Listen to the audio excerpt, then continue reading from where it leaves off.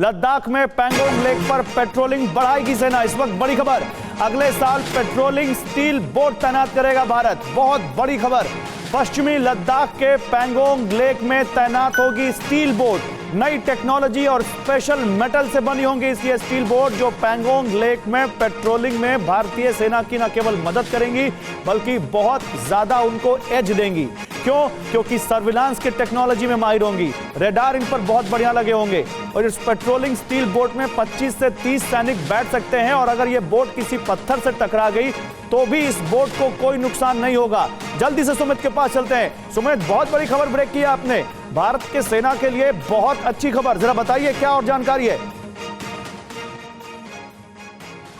देखिए, बिल्कुल सबसे इंपॉर्टेंट बात यह कि ये सारी बोट्स, गौरव, ये सारी बोट्स भारत की ही कंपनी बनाएगी। और दूसरी इंपॉर्टेंट बात यह कि इनको फास्ट ट्रैक बेसिस पर मांगा गया और इसमें नेवी की टेक्निकल टीम लगातार भारतीय सेना को सपोर्ट कर रही है। और अभी इंपॉर्टेंट इसलिए था क्योंकि रैमिंग यानी जो टक्कर मारने की जो सिचुएशन थी वो लगातार चीन की बोट्स की तरफ से देखी गई थी। पैंगोंग में वो लगातार हमारी बोट्स को टक्कर मारकर डुबाने की कोशिश करते हैं और यही वजह है कि स्पेशल बोट्स या फिर हाई टेक्नोलॉजिकल बोट्स को मांग इंडियन आर्मी की तरफ से की गई थी, जिसके बाद ये टेक्निकल टीम लद्दाख गई और उसने इंडियन नेवी की टीम ने पूरी जांच परखने के बाद ये स्पेसिफिकेशन दिए कि उसमें बेहतर सर्विलेंस सिस्टम, रेडियो सिस्टम्स और इसके अलावा स्पेशल मटेरियल हो, ताकि अगर ये रैमिंग यानी टक्कर लगे भी कई बार तब भी इनको कोई नुकसान ना पहुंचे। और लोगों की कैपेसिटी यानी सैनिकों की कैपेसिटी 12 से 15 की जगह 25 से 30 की जाए, ताकि हमारे ज्यादा सोल्जर्स पेट्रोलिंग कर सके।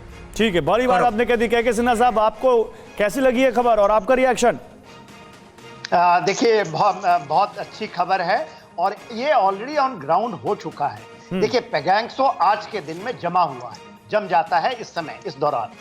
और इसके पहले ही मार्कोस, आपको पता होगा, जो नेवल कमांडोज हैं अलॉन्ग विद स्पीड बोट वहां ऑलरेडी तैनात हैं। जो स्टील बोट की बात हो रही थी, ये ऑलरेडी हमारे वहां हैं, जो कि नेवी की तरफ से आए हैं अलॉन्ग विद द मार्कोस।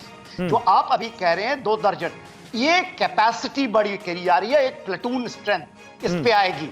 तो एक बहुत, और ये रडार में भी पकड़ में नहीं आती ये जो आ रही है, और इसके ऊपर सर्विलांस सिस्टम का बहुत बड़ा है और इसको भेद नहीं, क्योंकि आर्मर पेनिट्रेशन भी नहीं हो सकता। जो खबर है बहुत बड़ी खबर है और जैसे ही मौसम सुधरेगा तो आप देखिएगा पूरे पैंगोंग के ऊपर में, क्योंकि केवल 40 किलोमीटर का इलाका हमें जाना है आगे, क्योंकि वो इलाका सरजाप 1, 2, 3 वो हमारा है।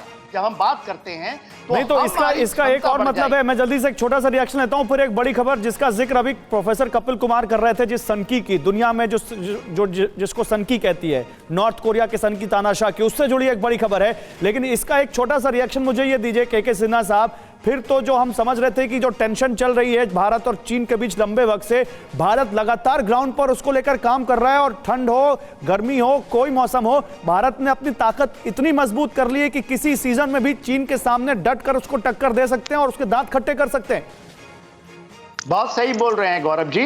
देखिए, भारत की क्षमता केवल चीन के साथ नहीं, चीन में जब आपने south of Pangong Kailash range के ऊपर में जब आपने पूरे का पूरा इलाका ले लिया है, तो हम उनका जो माल्डो रीजन हमारे नाक के नीचे है, तो इस तरह से आप घेराबंदी, ये कहते हैं डायरेक्ट फायरिंग हम कर सकते हैं माल्डो के ऊपर।